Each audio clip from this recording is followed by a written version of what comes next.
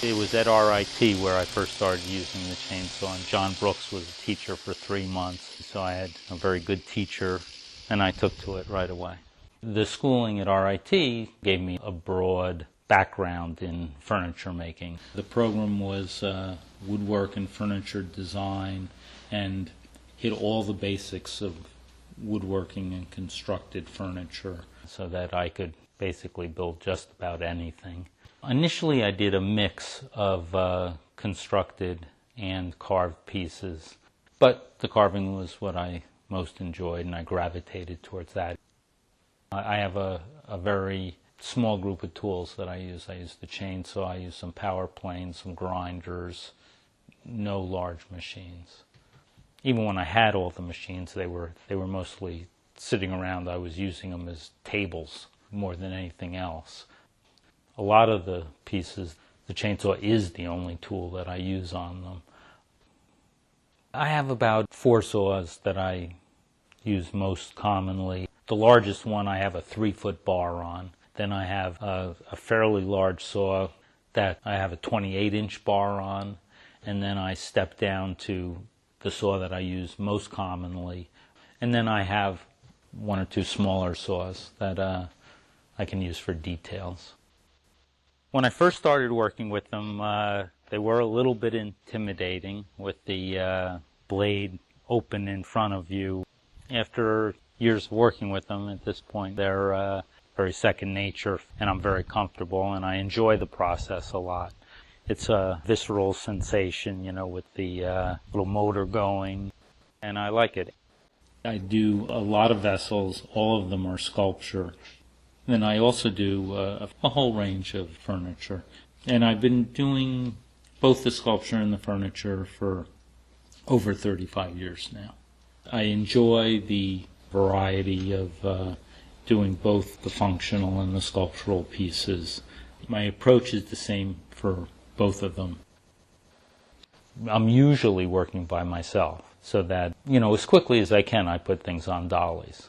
I have 2 studios, one here in the Catskills in Shokan and one in Arizona. And the physical layouts in both studios are very similar. I have an inside and outside space all on the same level, where I'm able to roll the pieces from the inside of the shop to the outside of the shop.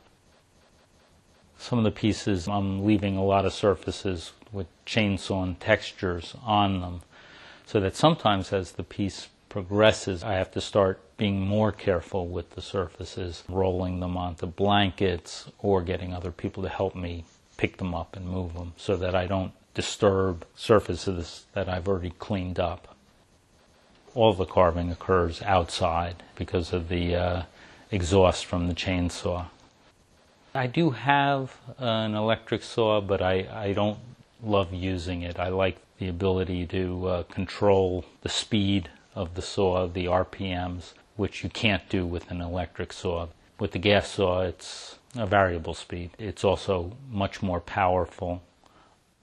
I get all my wood locally. In Arizona, there's large eucalyptus trees, cottonwood trees, and Aleppo pine, which is a Mediterranean pine, which grows very big, 5-6 feet in diameter. It's a little harder and denser than many other types of pine. A few desert hardwoods, mesquite, palo verde. So it's an interesting mix out there. And on the East Coast, it's a full range of the northeastern hardwoods.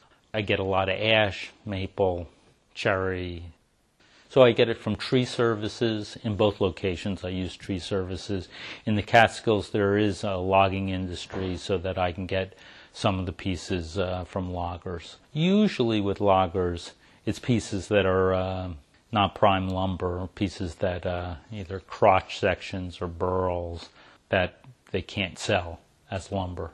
Sometimes I get overlarge trees that are a little too big for the mills to handle. Usually the trees are already down. Occasionally a tree service will call me. I'll go look at the tree as it's standing, and then I'll have some input on where they do the cuts. In general, I do my designing and drawing first, and then I go out and look for wood that's the right size to get the pieces out of.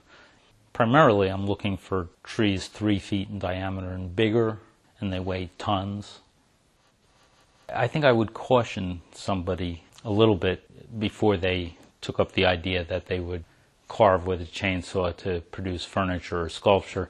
It is dangerous. The chainsaw is mostly designed for cutting through a piece of firewood or cutting down a tree, and I use it in a lot of unconventional ways.